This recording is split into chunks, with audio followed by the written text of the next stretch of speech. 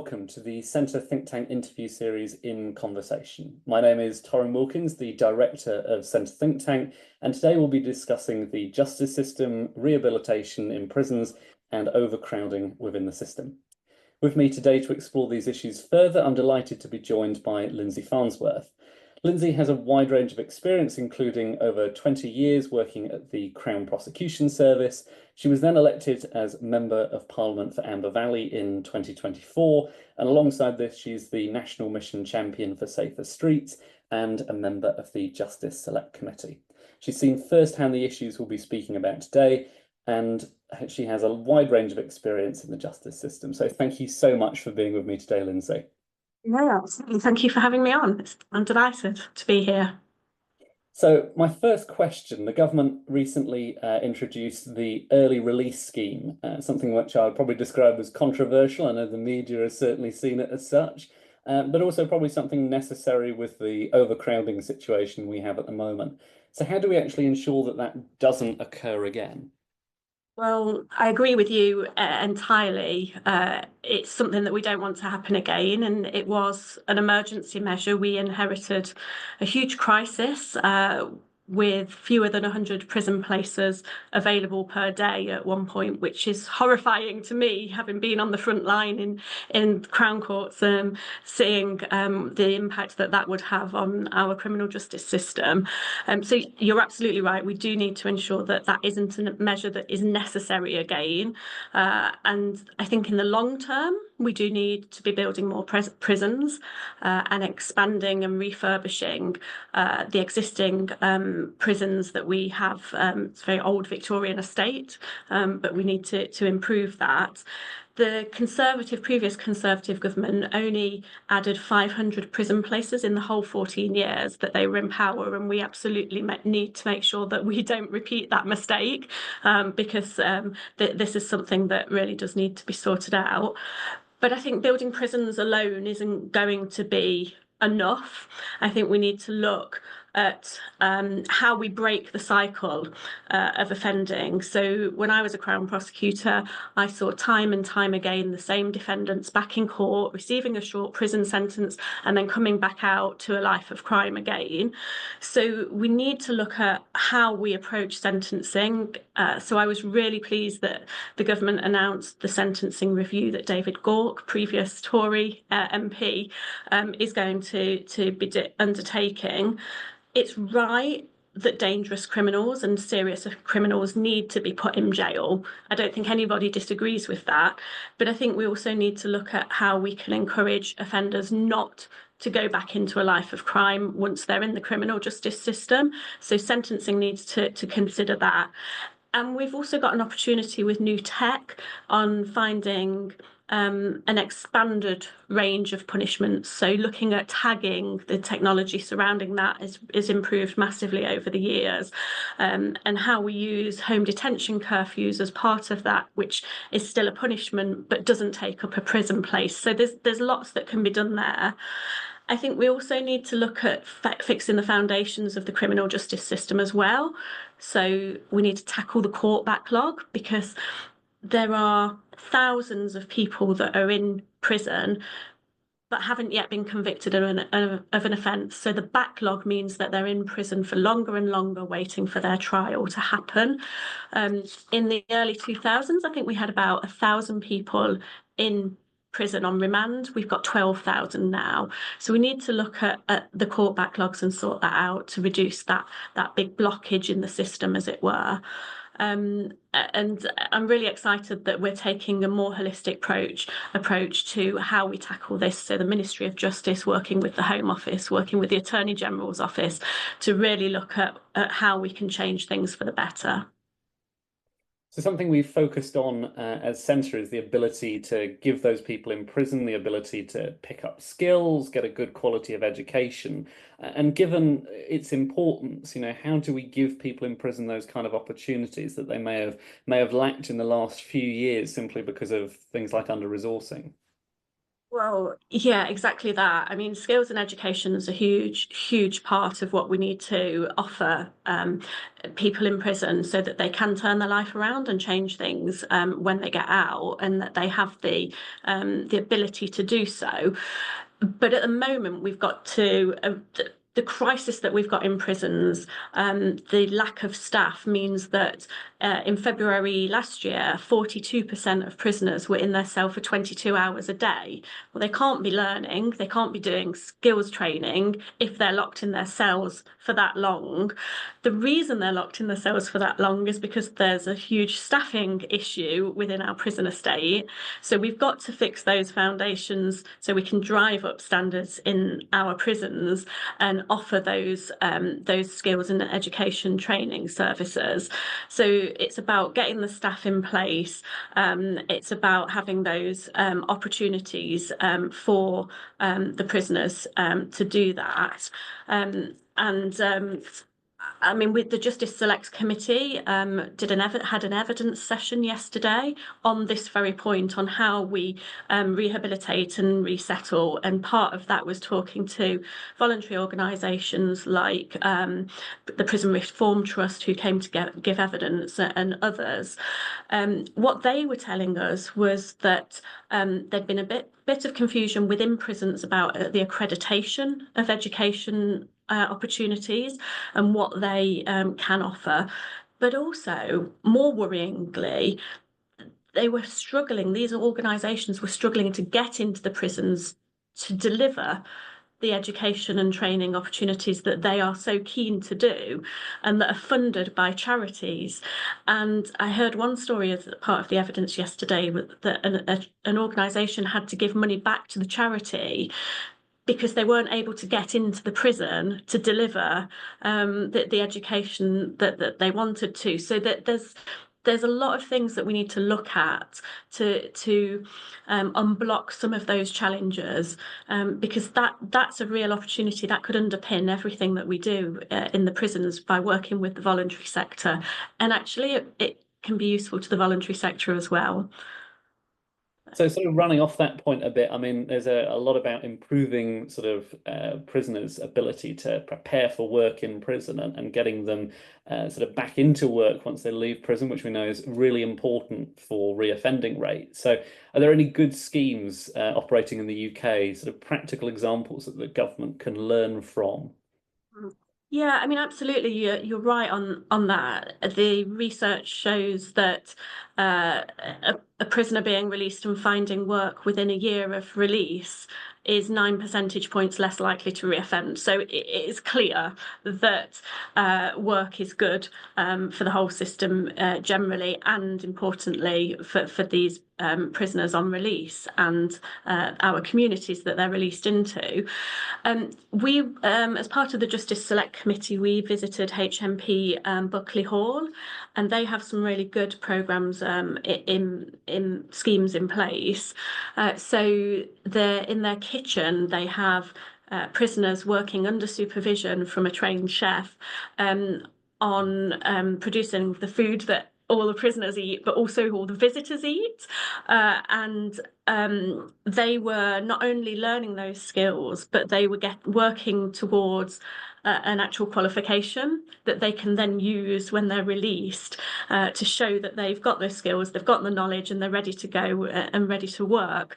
And I think I want to see more of that. I think that's a really particularly successful one that really struck me as a really good scheme. They also have various workshops at that prison, and one was that I found interesting was the tailoring workshop. So loads and loads of sewing machines, not always the most popular with the male prison population, but actually the lady that was running that said that some of them that had joined that were really enjoying it and had been there for 2 years. You know, they're becoming experts in clothing manufacture. So I'd like to see some more businesses and industry maybe linking in with prisons. So that's going to be something that I'm hoping to look at going forward, how industry and businesses can support those sorts of schemes, and maybe hopefully some job opportunities on the outside. So yeah, there's good stuff happening, but I want to see more of it. I mean, it's a really interesting one. You mentioned the 9% figure, which I always find it's a really interesting idea of just how much rehabilitation plays into it. Why do you think we haven't really adopted that approach? Is it sort of culture that we're afraid of the idea of rehabilitation, or is it spending? What do you think sort of has caused us to be in this situation where we're struggling so much of rehabilitation? I think, if I'm honest, the last government just lost control of the situation. They had no direction on it. And that's why when we came into government, we had to start fighting fires with the prison places. I think there's been a culture with the last government of harder, longer sentences because I don't know, maybe it makes good headlines, but the real hard work is fixing those foundations of the prisons, of the criminal justice service, of the probation service. You know, it all needs to fit in together, and that's really hard work. But we're a new government, we're excited to have this opportunity to make things better for the country and get us back to where we need to be. So there's a lot of cross-governmental working on this as well, which is great to see.